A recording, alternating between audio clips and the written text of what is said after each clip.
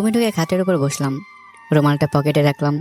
মা যেমনটা বলেছে যদি এমনটা করি তাহলে আমার আর আমার পরিবারের মান সম্মান সব নষ্ট হয়ে যাবে। যদিও সে মা, তারপরে সব কথা মেনে চলা আমার দায়িত্ব।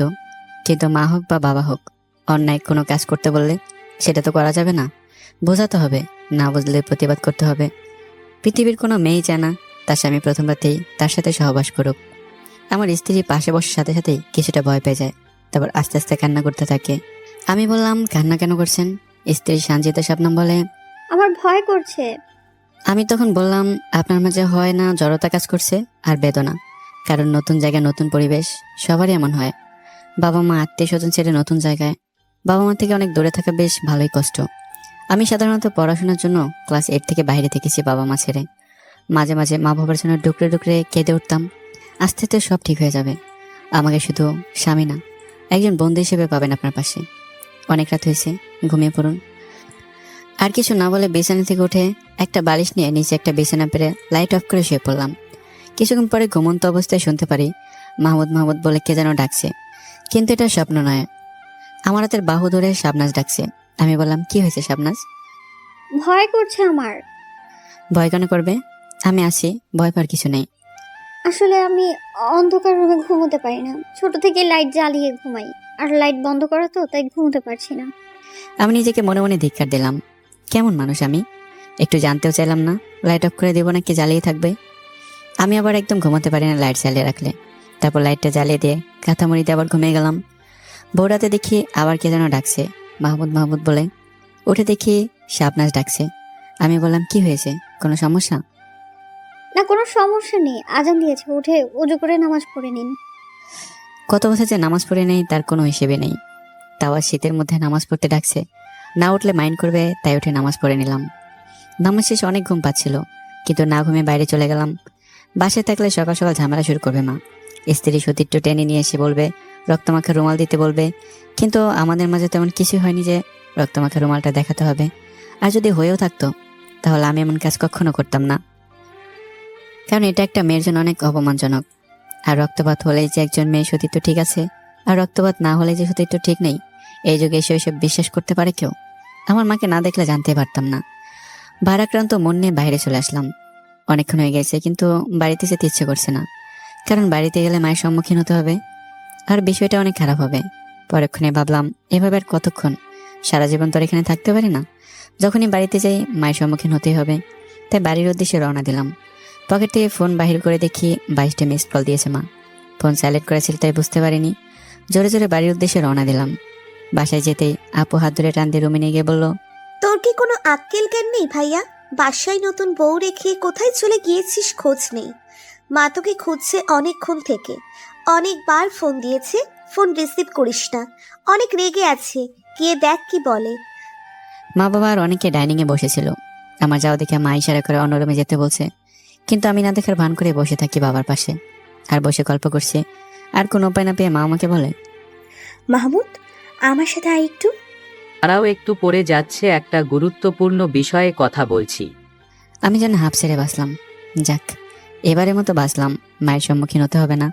আমি শুধু চাচ্ছি বাসার মেহমান আর চলে যাক, কারণ সবার সামনে সমস্যা সৃষ্টি করতে চাচ্ছি না। নামাজ পড়ে দুপুরে খাওয়া দাওয়া শেষ করে বিশ্রাম নিচ্ছি। সারা রাত ঘুম হয়নি, লাইট জ্বালিয়ে রাখলে আমার আবার ঘুম হয় না। কিছুক্ষণ ঘুমানোর পরে বুঝতে পারি কে যেন ডাকছে মাহমুদ মাহমুদ বলে। উঠে দেখি শাবনাজ ডাকছে। আমি বললাম, কি হয়েছে, কোনো সমস্যা? সমস্যা না, মায়ের সাথে কথা বলবো। কাল আসার পর থেকে আর কথা হয়নি। আমার ফোন তো বাড়িতে রেখে এসেছি, আপনার ফোনটা দিলে কথা বলতাম। তারপর ফোনটা দিয়ে বললাম, কথা বলো। আমাকে কেউ যেন আর না ডাকে, সারা রাত ঘুমাতে পাইনি। বিকেলে ঘুম থেকে উঠে ফ্রেশ হয়ে বাজারে যাচ্ছিলাম বাজার করতে। কাল শাবনাজের বাসা থেকে মানুষ আসবে আমাদের নিতে, তাই বাজার করা দরকার। বাজারে যাওয়ার সময় মা আমাকে পেছন থেকে ডাক দিয়ে বলে, মাহমুদ, এইদিকে আয়, শুনে যা। আমি আবার মহাবিপদে পড়লাম। এবার কিভাবে কাটিয়ে যাব? কাছে গিয়ে বললাম, কি হয়েছে মা, বলো, আমার তো একদম সময় নেই। আর কিছুক্ষণের মধ্যেই সন্ধ্যা হয়ে যাবে, অনেক বাজার করতে হবে, অনেক সময় লাগবে। বেশি রাত হলে এই রাস্তায় আবার রিক্সা আসবে না। এত তাড়াতাড়ি করার দরকার নেই, আজ সকাল থেকে তুই আমাকে এড়িয়ে যাচ্ছিস। রুমালটা কই? তাড়াতাড়ি রুমাল দেখা আমাকে। রাত এসে দেখাচ্ছি মা। বাজার করে এসে সন্ধ্যা হয়ে যাচ্ছে, কোনোভাবে ওখান থেকে চলে আসলাম। তারপর বাজার করে রাতে বাসায় ফিরে আসলাম। রুমাল দেখা এবার আমাকে, আর কোনো অজুহাত নয়। আমি বললাম আচ্ছা রুমে থেকে নিয়ে আসছি। রুমাল আমার পকেটে ছিল, কিন্তু তা বললাম রুমে আসি নিয়ে আসি। তারপরে এসে রুমালটা মায়ের হাতে দিলাম। মা আমার দিকে তাকিয়ে আছে অল্প কিছু ধরে। আমি বললাম কি হলো, এভাবে তাকিয়েছো কেন? যাক, রুমালটা দেখে খুশি হলাম। রক্ত লেগে আছে রুমালে। দেখেছিস, আমি সত্যি বলেছিলাম, তুই তো আমার কথা বিশ্বাসই করলি না। এখন ঘরে যা, সারাদিন বাইরে ছিলি, বউয়ের কাছে যা, কিছু দরকার আছে কি দেখ। কোনো কিছু প্রয়োজন বা সমস্যা হলে আমাকে বলবি। ঠিক আছে মা। তারপর মুচকে এসে রুমে চলে আসলাম। মায়ের মুখেও হাসি, আর স্ত্রী কিছু জানতে পারলো না। কিছু কিছু সময় মিথ্যা বলার দরকার আছে, তাতে পরিবেশ সুন্দর থাকে। রুমে এসে শাবনাজ আমার হাতের দিকে তাকিয়ে বলে, আপনার হাতে দিয়ে তো রক্ত পড়ছে। কি হয়েছে হাতে? তেমন কিছু না, আসার সময় গেটের দরজায় চাপ লেগে আঙুল দিয়ে রক্ত পড়ছে। চিন্তা করতে হবে না, অল্প একটু লেগেছে, ঠিক হয়ে যাবে। এদিকে আসেন, আমি রক্ত মুছে ব্যান্ডেজ করে দিই। আমি মানা করতে গেলাম, কিন্তু না বলার সাথে সাথেই মুখ থেকে কথা ঘুরিয়ে নিয়ে বললাম আচ্ছা ঠিক আছে তাও। এই কারণে মানা করলাম না। স্ত্রী অনেক ভয় আছে, হাত ব্যান্ডেজ করার বাহানায় স্ত্রীর প্রথম স্পর্শ পেয়ে যাব। হাজার হলো স্ত্রীর প্রথম স্পর্শ তো এক অমৃত স্বাদ। তারপর স্ত্রী নিজ হাতে রক্ত পরিষ্কার করে ব্যান্ডেজ করে দেয়। তারপর একটা ব্যথার শুধু খেয়ে নিই। পরেক্ষণে আমার মনে আসে কাল থেকে ভাবিকে দেখছি না কেন, কোথায় গিয়েছে। আমার এখন একটা কথা মনে আছে, ভাইয়ার বিয়ের কয়েক সপ্তাহ পরে ছোট বোনের এসএসসি পরীক্ষার কি চেয়েছিল ভাইয়ের কাছে, কিন্তু ভাবি দিতে চেয়েছিল না। ভাবি বলেছিল টাকা নেই এখন দেওয়ার মতো, এবারের মতো তোমার বাবার কাছে থেকে নাও, পরের বার থেকে নিও। বোন তখন কান্না করতে করতে আমার কাছে এসে বলেছিল ভাইয়ার কাছে টাকা চাইলাম রেজিস্ট্রেশন ফি এর, কিন্তু ভাবি দিতে দিল না। আমি বললাম সমস্যা হতেই পারে, সবসময় টাকা থাকে না, বাবার কাছ থেকে চেয়ে নিবি। দরকার হয় পরীক্ষা দিব না, তাও বাবার কাছ থেকে নিব না। বাবাই বলেছেন বড় ভাইয়ার কাছ থেকে নিতে। আমার কাছে তখন টাকা ছিল কিছু, আজ থেকে প্রায় 2 বছর আগে। তখন বেকার ছিলাম আমি, 6 মাসের মতো হয়েছে চাকরি পেয়েছি। পিকনিকে যাওয়ার জন্য টাকাগুলো গুছিয়েছিলাম অনেকদিন ধরে। সেদিন নিজের ইচ্ছাটা মাটি করে টাকাগুলো বোনের হাতে দিয়েছিলাম, আর বলেছিলাম আমার সামনে আর কখনো কান্না করবে না। তুই তো জানিস তো চোখের পানি সহ্য হয় না আমার। আর হ্যাঁ, একটা কথা শুনে রাখ, বাবার মাকে বলবি না এই টাকাটা আমি দিয়েছি, বলবি বড় ভাই দিয়েছে, বুঝেছিস? কেন তা বলবো? কেন? টাকা তো তুই দিয়েছিস, বড় ভাইয়ার নাম কেন বলবো? আমি ধমক দিয়ে বললাম বেশি বুঝিস না, আমি যা বলছি তাই করবি। যদি মা বাবা জানে ভাবি ভাইকে টাকা দিতে মানা করেছে, তাহলে মা বাবার চোখে ভাইয়া ভাবি খারাপ হয়ে যাবে। আমি চাই না এই বাড়িতে কেউ কারো চোখে খারাপ হয়ে থাকুক। কিন্তু কিছুদিন পরে জানতে পারি ভাবির ছোট বোনের সব খরচ ভাইয়া চালায়, কিন্তু নিজের বোনের খরচ দিতে পারে না। তখন বুঝতে পারলাম এভাবে আর চলবে না, ছোট বোন মা বাবার জন্য আমাকে কিছু করতে হবে। তখন থেকে ছোট ছোট কাজ করতে করতে এখন আলহামদুলিল্লাহ ভালো পজিশনে আছি। আগের কথা চিন্তা করতে করতে অতীতে ফিরে গিয়েছিলাম, কিন্তু কারো কথা শুনে বর্তমানে ফিরে আসলাম। সামনে তাকে দেখি ভাবি দাঁড়িয়ে আছে। বিনয়ের সাথে বললাম বসেন ভাবি। খাটের উপর বসে এদিক ওদিক তাকে দেখে বলে শাবনাজ কই, দেখছি না কেন মাহমুদ? আছে কোথাও, মনে হয় ছাদে। নতুন জায়গা ভালো লাগছে না, তাই মনে হয় হেঁটে বেড়ায়। নতুন বউ এভাবে না বেরিয়ে রুমে থাকতে বলো। এখনই এভাবে চলা ঠিক না। নতুন নতুন যদি এভাবে চলে, আর কদিন পরে রাস্তায় হাঁটবে কাউকে না বলে, অল্প একটু চাপে রাখতে হয়। হ্যাঁ ভাবি, একদম ঠিক কথা বলেছেন। বউকে চাপে রাখা ভালো, কিন্তু সব বউকে না। যে সব বউ অন্যের সংসারে আগুন ধরিয়ে দেয়, সেই সব বউদের অন্যের ভালো সহ্য করতে পারে না, তাদেরকে। হক কথা বলেছেন একদম ভাবি। আমার কথার ইঙ্গিত বুঝতে পেরে ভাবি বলে আচ্ছা ঠিক আছে, থাকো। মাহমুদ ভাই, আমার একটু কাজ আছে, শপিং করতে যেতে হবে। আমি বললাম কিন্তু ভাবি, ভাই তো বাসায় নেই, কার সাথে যাবেন? তোমার ভাইয়া বাসায় নেই তো, তাছাড়া আমার একা শপিং করতে ভালো লাগে। ভাবি রুম থেকে চলে গেল। আমি মিট মিট করে হাসতে থাকি, আর মনে মনে বলি কি যোগ আইলো, নিজে উপদেশ মানে না, আর অন্যের বউকে কিভাবে কন্ট্রোল করতে হয় শেখাতে আসছে। অনেক কথা ভাবতে ভাবতে একটা কথাই পড়ে যায় আমরা। আচ্ছা মা আমার সাথে কাল যেটা করেছে, ভাইয়ের সাথে কেমন করেছে? বয়সুদিতে পরীক্ষার জন্য কি সাদা রুমাল দিয়েছিল? যে করে হোক এটা আমাকে জানতে হবে, তবে ভাবির কাছে থেকে না, ভাইয়ের কাছ থেকে জানতে হবে। যদিও ভাইয়া আর আমি একদম বন্ধু ছিল, সেই ছোট থেকে একসাথে দুজন বড় হয়েছি, এক স্কুল কলেজে পড়েছি। পরে ভাই ইঞ্জিনিয়ারিং পড়াশোনা করে, আর আমি মেডিকেলে। বয়সের পার্থক্য মাত্র 2 বছর, কিন্তু তবু এই বিষয় সম্পর্কে জানা কেমন লজ্জাজনক। তাও আজ ভাইকে প্রশ্নটা করতেই হবে। যদি আমার সাথে এমন করেছে মা, ভাইয়ের সাথেও তেমন করে থাকে, তাহলে মা দোষী। আর ভাইয়ের সাথে এমন না করে, তাহলে এইসবের পেছনে ভাবির হাত। আর যদি এমন হয়ে থাকে, তাহলে এর উচিত শিক্ষা আমি দেব। রাতে যখন ভাইয়া বাসায় আসে তখন আমি ভাইকে সাথে ডাকি। কিছুক্ষণ পর সাথে আসে ভাইয়া। আমি ইজিলি ভাইকে প্রশ্ন করলাম, আচ্ছা ভাইয়া, নারী সতীত্ব বলতে কি বোঝো তুমি? একটু ভেঙে বল, কি বোঝাতে চাচ্ছিস? আচ্ছা, স্ত্রীর সাথে প্রথম সহবাসের সময় যদি রক্তপাত না হয় তাহলে কি সে মেয়ে চরিত্র খারাপ, আর রক্তপাত হলে চরিত্র ভালো? দূর পাগল, তুই একজন ডাক্তার হয়েও আগের যুগের মানুষের মতো চিন্তা ভাবনা রাখিস কেন? এগুলো কুসংস্কার। আচ্ছা ভাইয়া, তোমার বিয়ের সময় কি মা নারী সতীত্ব নিয়ে কিছু বলেছিল কি, নাকি কোনো প্রমাণ চেয়েছিল? না তো, এমন কিছু বলে নাই বা কোনো প্রমাণ চায়নি। কেন, মা তোকে এই বিষয়ে কিছু বলেছে নাকি? আরে না ভাইয়া, এমন কিছুই না। মা আগের যুগের মানুষ তো, তাই এমন কিছু বলেছে কিনা জানতে চাইলাম। তুমি কিছু মনে করো না আবার। আমার আর বুঝতে বাকি রইল না এসবের পেছনে মা নেই। ভাবি ভুলভাল বুঝিয়ে এসব করেছে মাকে দিয়ে। ভাই কিছু বলতে যাবে ঠিক তখনই শাবনাজ ছাদে এসে বলে, নিচে সবাই অপেক্ষা করছে আপনাদের জন্য, খেতে ডাকছে। তারপর নিচে খেতে গেলাম আমি আর ভাইয়া। অনেক ক্ষুধা লাগছে তাই তাড়াতাড়ি গিয়ে খেতে বসলাম। কোনো কিছু চিন্তা না করে জোরে জোরে খেতে গিয়ে করে উঠলাম। যে হাতের আঙ্গুল কেটে রুমালে রক্ত মাখিয়েছিলাম সে আঙ্গুলে ব্যথা পেয়ে রক্ত বাইর হচ্ছে। কি হয়েছে? কিছু না, ব্লেডে কেটে গেছে। আর ভাবি আমার দিকে আর চোখে তাকিয়ে আছে। আমি তাকানোর সাথে সাথে চোখ ফিরে নেই। আমি সম্পূর্ণ না হলেও কিছুটা বুঝতে পারলাম ভাবি তো বুঝতে পেরেছে আমার হাত কাটার কারণ। রুমে এসে সাথে সাথে শাবনাজ বলে উঠল, আপনি সবার সামনে মিথ্যে কথা কেন বললেন মায়ের সাথে? আমি মুখে হাত দিয়ে ভাবতে ভাবতে বললাম, মিথ্যা কখন বললাম আবার মায়ের সাথে? মায়ের সাথে যদি মিথ্যে না বলেন তাহলে নিশ্চয়ই আমার সাথে মিথ্যে বলেছেন। আরে বাবা, আমি কারোর সাথে মিথ্যে বলিনি। কি হয়েছে খুলে বলো তো আমাকে একটু। আমার তো মনে হচ্ছে না মিথ্যে বললাম। সন্ধ্যায় যখন আপনি রুমে আসলেন তখন আপনার আঙুল দিয়ে রক্ত পড়ছিল। আমি জানতে চাইলে বলেন দরজায় আঙুল চাপ লেগে কেটে গিয়েছে, আর মায়ের কাছে বলেন ব্লেডে কেটে গিয়েছে। তাহলে তো এটা মিথ্যে কথাই হলো, তাই না? আমি দাঁতের সাথে দাঁত চেপে বললাম, আমি কি মায়ের সাথে প্লেটে কাটার কথা বলেছি? মনে হয় ভুল করে বলেছি। আচ্ছা বাদ দাও, অনেক রাত হয়েছে, এখন ঘুমাও। কাল সকালে অনেক কাজ আছে। তোমাদের বাসা থেকে মানুষ আসবে আমাদের নিতে। এটা বলে কোনো রকমে কেটে গেলাম। আর এমন ভুল করা যাবে না। এটা বলে এই খাট থেকে বিছানে নিয়ে আরেকটা বালিশ নিয়ে নিচে ঘুমানোর সময় শাবনাজ বলে,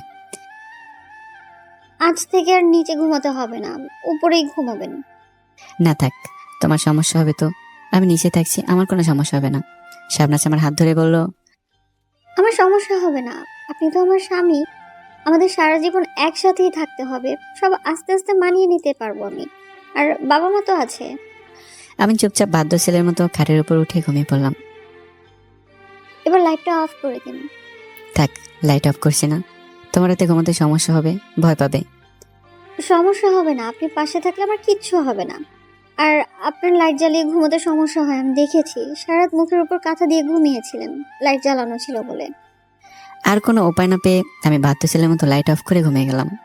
কালকের মতো আজকেও নামাজের সময় ডেকে দেয় নামাজ পড়ার জন্য। আর যাই হোক, এমন স্ত্রী পেয়ে অনেক খুশি। এখন থেকে নিয়মিত নামাজ পড়ছি। এমন স্ত্রী সবাই চায়। নামাজ পড়ে আমি ঘুমাচ্ছিলাম আর শাবনাজ কোরআন শরীফ পড়ছিল। কিছুক্ষণ পরে ঘুম থেকে উঠে দেখি সবাই সবার কাজ করছে। আর ফ্রেশ হয়ে ডাইনিংয়ে গেলাম। গিয়ে দেখি মা, ভাবি আর শাবনাজ কাজ করছে। আমি আস্তে আস্তে মাকে উদ্দেশ্য করে বললাম, নতুন বৌদি এত কাজ করা ওখানে? বাড়িতে গিয়ে কিন্তু মা বাবার কাছে বদনাম করবে, বলবে আমার শাশুড়ি আমাকে দিয়ে অনেক কাজ করাচ্ছে। তোর বউকে মানা করেছি শুনে নেই? বদনাম তোর হবে, আমার না। লোকে বলবে আজ বিয়ে হতে না হতে বউ দিয়ে কাজ করায়। মায়ের কথা শুনে আমি জোরে জোরে হাসতে থাকলাম। আর শাবনাজ কিছুটা লজ্জা পেয়ে কাপড় দিয়ে মুখ ঢেকে রুমে চলে যায়। ভাবি তখন আমাকে উদ্দেশ্য করে বলে, বাসার বউ বাড়িতে কাজ করবে না তো কোথায় কাজ করবে? এভাবে বললে তো আশকারা পেয়ে পেয়ে মাথায় উঠে যাবে। আমি আর কিছু বললাম না। কুকুরেলে সোজা হবে না, বাঁকাই থেকে যাবে। ভাগ্যিস এখন শাবনাজ এখানে নেই, থাকলে এই কথা শুনলে কি মনে করতো। মা তখন মুচকে এসে বলল, সাইমা, তোমার যখন নতুন বিয়ে হয় তুমি 1 সপ্তাহ ঘর থেকে বাহিরেই হও নাই। কয়েকটা দিন যাক, সব ঠিক হয়ে যাবে আস্তে আস্তে। আর তুমি তো আছোই, সমস্যা হবে না আমার। তোমার প্রতি আমার অনেক বিশ্বাস আছে। মায়ের কথা শুনে আমি তখন মনে মনে হাসতে থাকি আর বলি, আমার মা জানে কিভাবে সিচুয়েশন হ্যান্ডেল করতে হয়। ভাবিকে একটু সুনাম করলো আর ভাবি গলে গেল, কারণ আমার মা একটু হলেও জানে ভাবি কেমন প্রকৃতির লোক। প্রায় দুপুর হয়ে যাচ্ছে। শাবনাজের বাসার লোকজন চলে আসবে। শাবনাজের বোন, দুলা ভাই আর একটা ছোট ভাই আসবে। শাবনাজ রুমে শুয়ে আছে। আমি বললাম, যাও গোসল করে গুছিয়ে নাও, চলে আসবে কিছুক্ষণ পরে সবাই। তারপর আমি শাবনাজ ফ্রেশ হয়ে বাইরে আসলাম। ভাইয়ার বাবা সবাই নেই। আমি, মা, ভাবি, শাবনাজ আর আমার বোন বাইরে ডাইনিংয়ে বসে অপেক্ষা করছি আত্মীয়দের। তোমার ফোনটা একটু দিবে, বাসায় কথা বলবো। তারপর আমার ফোনটা শাবনাজকে দিই। শাবনাজ ফোন নিয়ে বারান্দায় চলে যায়। শাবনাজের দিকে তাকিয়ে থেকে ভাবি আর বলে, ফোন নিয়ে দূরে যাওয়ার কি দরকার? এখানেই তো কথা বলা যায়। এখানে কথা বললে কি হতো? সবার সামনেই তো কথা বলা যায়। হয়তো পার্সোনাল কথা থাকতে পারে, ভাবি সেই জন্যই গিয়েছে। নতুন নতুন এমন পার্সোনাল কথা ঠিক না। আমার কিছু বলার আগে এই চেয়ার থেকে অন্য রুমে চলে যায়। আমি ফোনের দিকে তাকিয়ে ফেসবুকিং করছিলাম। ডাইনিংয়ে মা আর বোন ব্যস্ত খাবার পরিবেশনে। ভাবি কখন যে চুপি চুপি বারান্দায় দিকে শাবনাজের ফোন কল শুনছে কেউ বলতে পারবে না। একটু পরে ভাবি শাবনাজের হাত ধরে টানতে টানতে নিয়ে এসে আমাদের সামনে। আমি, মা আর বোন এসব দেখে অবাক। আমি ভাবির হাত থেকে শাবনাজকে ছাড়িয়ে নিয়ে বললাম, এসব কি হচ্ছে ভাবি? পাগল হয়ে গেছেন আপনি? এমন শক্ত করে হাত ধরেছেন, হাতে যেখানে ধরেছি সেখানে লাল হয়ে গেছে। আমাকে কথা না শুনিয়ে তোমার বউকে কথা শোনাও মাহমুদ, তোমার পরক্রিয়া বউ। আমার মেজাজ গরম হয়ে গেছে। ভাবি না হয়ে অন্য কি হলে সত্যিই থাপ্পড় মেরে দিতাম। আমি বললাম, কেন, কি করেছে আমার বউ যে তাকে কথা শোনাতে হবে? আর পরকীয়া বউ মানে? এসব আজে বাজে কথা বলছেন কেন? তোমার বউ মায়ের সাথে কথা বলার নাম করে কার সাথে কথা বলছিল জিজ্ঞেস করো। বাবু সোনা বলে ডাকছিল, আবার বলছে একবার এখান থেকে চলে গেলে তোমাকে ছেড়ে আর আসবে না, আজকেই চলে যাব। এসব কথা কাকে বলছিল জিজ্ঞাসা করো। মায়ের সাথে কথা বলার নাম করে ছাদে বারান্দায় গিয়ে কার সাথে কথা বলে শোনো? মনে হয় পুরাতন কোনো বয়ফ্রেন্ড আছে। আমি শাবনাজকে জিজ্ঞেস করলাম, ভাবি এসব কি বলছে শাবনাজ তোমাকে? সত্যি বলছে কি? কার সাথে কথা বলছিলা তুমি? আমার কথার উত্তর না দিয়ে অনবরত কান্না করতে থাকে শাবনাজ। আমি জোর দিয়ে বললাম, কি হলো? তুমি যদি নির্দোষ হয়ে থাকো তাহলে কথার জবাব কেন দিচ্ছ না? তাহলে ভাবি যা বলেছে সেটা কি ঠিক? তুমি যদি নির্দোষ হয়ে থাকো তাহলে তোমার কিছু হবে না। যে তোমার উপর মিথ্যা অপবাদ দিয়েছে তার শাস্তি হবে। আর যদি সঠিক হয়ে থাকে তাহলে আমি কিছু বলবো না। তোমার ভালোবাসার মিলন ঘটিয়ে দেওয়া আমার দায়িত্ব। শাবনাজ তখন চোখের পানি মুছতে মুছতে বলে, ওটা আমার ভাবির মেয়ে ছিল, মাত্র 5 বছর বয়স। আমি যখন বাড়িতে ছিলাম তখন সব সময় আমার কাছেই থাকতো। আমি চলে আসার পর শুধু খোঁজ করে আমার, আর অনেক কান্না করে। সেই জন্যই আমি বলেছিলাম, বাবু আমি আজকে এখান থেকে তোমার কাছে চলে আসব, এখানে আর থাকবো না। যদি বিশ্বাস না হয় তাহলে আজকে যারা আসবে জিজ্ঞাসা করে নিন। আর ভাবি সম্পূর্ণটা না শুনে আমার কাছে সাথে খারাপ ব্যবহার করছে। বিশ্বাস করেন, আমার কোনো ছেলের সাথে কোনো সম্পর্ক নেই। ঢং দেখে আর বাঁচি না। বাঘ যখন খাঁচার বন্দি হয় তখন এমন লাফালাফি করে, সব মিথ্যা কথা বলছে। এখন সব কথা ফাঁস হয়ে গিয়েছে, সেজন্যই এমন নাটক করছে। ভাবির কথা শুনে আরো জোরে জোরে কান্না করতে থাকে শাবনাজ। তৎক্ষণাৎ আমার মনে পড়ে আমার ফোনে সব কল রেকর্ড হয়। তাহলে এত কথা বলার কি আছে? কল রেকর্ড শুনলেই তো সব সমস্যার সমাধান হয়ে যাবে। আমি তখন বললাম, চিন্তা করার দরকার নেই ভাবি, আমার ফোনে সব কথা রেকর্ড করা থাকে। ফোন কলের রেকর্ড শুনলে সব পরিষ্কার হয়ে যাবে কে মিথ্যে বলছে আর কে অন্যের সংসারে আগুন জ্বালাতে চায়। কল রেকর্ডের কথা শুনে ভাবির মুখে হাসি থেকে ভয়ে রূপান্তরিত হয়। তারপর আমি কল রেকর্ড প্লে করলাম। স্পষ্ট শোনা যাচ্ছে শাবনাজ প্রথমে তার মায়ের সাথে কথা বলেছে, ভালো মন্দ জিজ্ঞাসা করেছে। তারপর ভাবির সাথে কথা বলেছে। ভাবির সাথে বলে, আপনার মেয়ে কই ভাবি? ভাবি বলে, তোমার জন্য কান্না করতেছে শুধু। শাবনাজ বলে, কই দেখি আমি একটু কথা বলি। শাবনাজ তখন বলে, বাবু আমি আজকে এখান থেকে তোমার কাছে চলে আসবো, এখানে আর থাকবো না। এটা শোনার পর মাথায় আর কাজ করছে না আমার। ভাবির দিকে রাগী দৃষ্টিতে তাকিয়ে আছি। কাছে এগিয়ে গিয়ে বললাম, আপনার কুদৃষ্টি আমার পরিবার থেকে সরিয়ে নেন।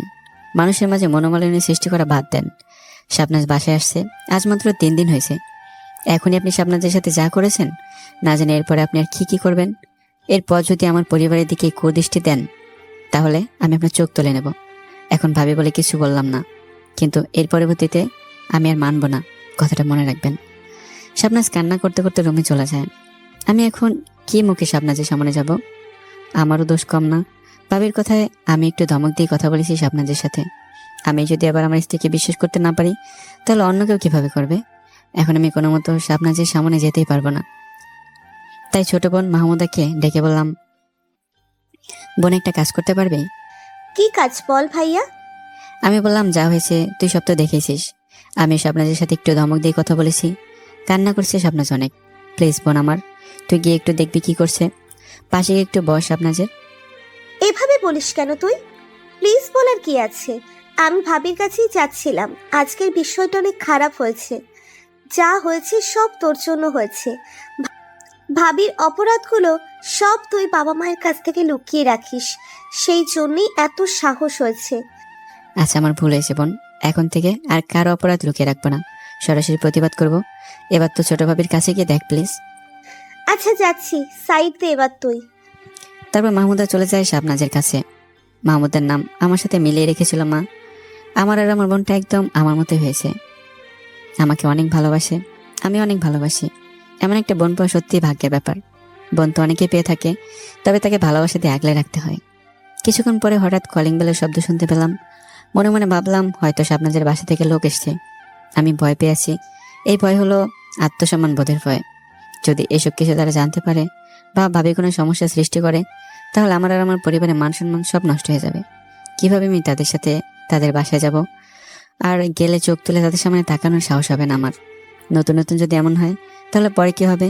আমার অনেক বিশ্বাস আছে শাবনাজের প্রতি। শাবনাজ কিছুই বলবে না। ভয় করছি ভাবিকে নিয়ে যদি কোনো গন্ডগোল সৃষ্টি করে। অনেক কথা চিন্তা করতে করতে গেট খুলে দিলাম। তারপর সালাম বিনিময় করে ভালো মন্দ জিজ্ঞাসা করে রেস্ট নিতে বললাম। তারপর মাহমুদা আমার স্ত্রী শাবনাজকে নিয়ে নিচে নেমে আসে। কিছুক্ষণ আগে অনেক কান্নাকাটি করছিল, এখন নিজের বাসা থেকে মানুষ আসার কথা শুনে হাসি মুখে নিচে নেমে আসে। আপু তোর চোখ লাল কেন, কি হয়েছে? তখন কান্না করছিল, তাই শাবনাজের চোখ লাল হয়েছে। কিন্তু শাবনাজ এসব অপেক্ষা করে বলে, বাবা মা তোমাদের জন্য অনেক খারাপ লাগছিল, তাই কান্না করেছিলাম, সেজন্যই মনে হয় চোখ লাল হয়েছে। তখন মনে মনে ভাবতে থাকলাম, নিজের সংসার ঠিক রাখতে, নিজের পরিবারকে খুশি রাখতে হাসি মুখে মিথ্যা কথা বলতে পারে, কিন্তু সবাই না। আমার ভাবির মতো কিছু অমানুষ আছে, তারা অন্যের সংসার ধ্বংস করার জন্য সবকিছু করতে পারে। কান্না কেন করবি? এত সুন্দর একটা পরিবার অর্জন করছিস তুই। মাহমুদ ভাইয়ের মতো একটা স্বামী, মাহমুদ ভাইয়ের বাবা মায়ের মতো শ্বশুর শাশুড়ি, একদম তোর বাবা মায়ের মতো। তোকে কোনোদিন কষ্ট পেতে হবে না। আর আমি তো আছি নাকি, মাঝে মাঝে এসে দেখা করে যাব। আর হাসতে হাসতে বলে, যদি বেশি কান্না করিস তাহলে বল, দুলাভাইকে সাথে নিয়ে গিয়ে ঘর জামা করে রেখে দেই। বাকি যারা ছিল তারা সবাই হাসতে থাকে। আমি মনে মনে হাসলাম আর ভাবলাম, আর যাই হোক, শাবনাজের ভাই ভালোই বোঝে, সবকিছু ঠিকঠাক হ্যান্ডেল করে নিতে পারে। মনে মনে হাসলাম আর বললাম, বুদ্ধিমান একটা শালা পাইছি। ঠিক তখনই, কি দুলাভাই, ঠিক বললাম তো? পারবেন না ঘর জামাই থাকতে? আমিও হাসতে হাসতে বললাম, হ্যাঁ পারবো তো, আরো ভালো হয়ে বসে বসে খেতে পারবো, কোনো কাজই করা লাগবে না। শাবনাজ আমার দিকে তাকিয়ে মিটি মিটি করে হাসছে। আমি সাথে সাথে শাবনাজের দিকে তাকিয়ে চোখ ফিরে নিলাম। সত্যি অনেক লজ্জা পাচ্ছে আমার। শাবনাজের চোখের দিকে তাকিয়ে থাকতেই পারছি না। কিছুক্ষণ আগে যে হয়েছে, এটা যদি শাবনাজের ভাই জানতো, তাহলে পরিস্থিতি এমন হতো না, অন্যরকম হতো। কিন্তু শাবনাজ সবকিছুই ঠিক করে নিয়েছে হাসি মুখে। সবাই খাওয়া দাওয়া শেষে সবাই রেস্ট নিচ্ছে। তখন আমি আস্তে আস্তে শাবনাজের কাছে যাই। বারান্দায় দাঁড়িয়ে আছে শাবনাজ। লজ্জার দৃষ্টিতে শাবনাজের দিকে তাকে হাত ধরে বললাম, প্লিজ আমাকে মাফ করে দাও, অনেক ভুল হয়েছে আমার। আমি তখন সম্পূর্ণ বিশ্বাস করতে পারিনি তোমাকে, আর তোমাকে ধমকও দিয়েছিলাম।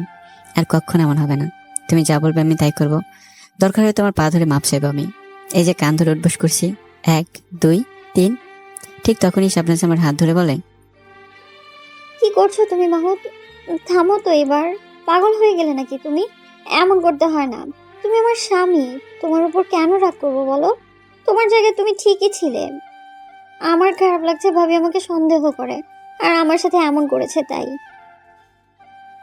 আরে বাদ দাও তার কথা, এমনিতে মানুষ দোষ খোঁজা তার কাজ।